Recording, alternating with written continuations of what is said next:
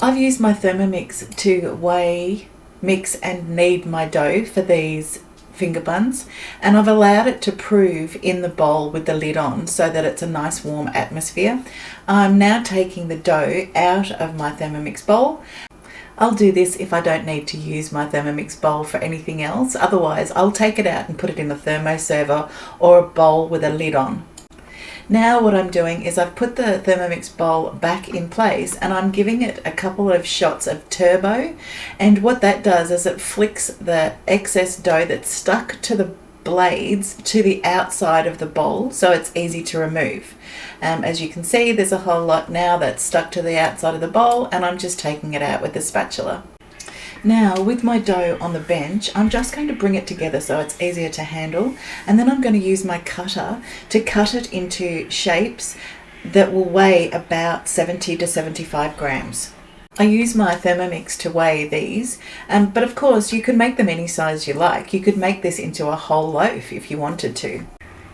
To get this dough super soft and fluffy, I've used plain flour instead of baker's flour, and I've also used things like an egg and butter to keep the mix really soft. Now what I'm doing here is I'm actually shaping these into balls and putting some surface tension on the outside of the dough. This will help the dough rise evenly. Then I'm putting them on a chopping board and I'm going to cover them and leave them to rest for a while.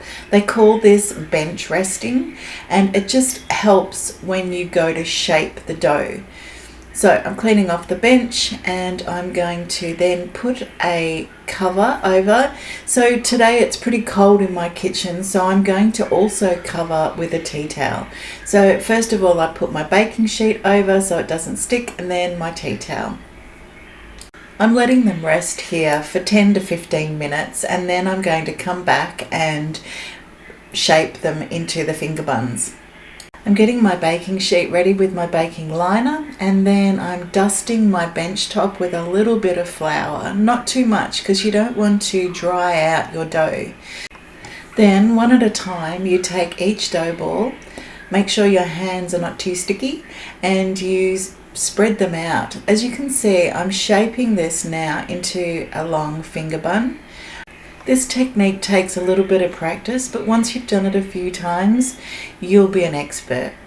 Here you go, watch me do it again. So I'm spreading it out, folding it over again, and then I'm just using the bench to stretch and fold it.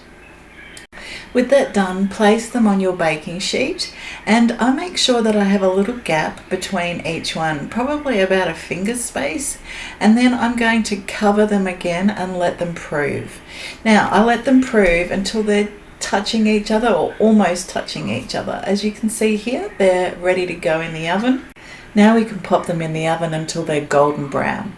Once they're golden brown, I take them out and I brush them with melted butter. Now this melted butter will help them stay soft, and you can leave it on here and just serve them like it is, or you can leave them to dry a little bit. Once they're dry, you can put the traditional topping on of icing sugar and coconut, or icing sugar and sprinkles. So there you have it. We often just leave them as is. You can freeze them like this, soft and fluffy finger buns.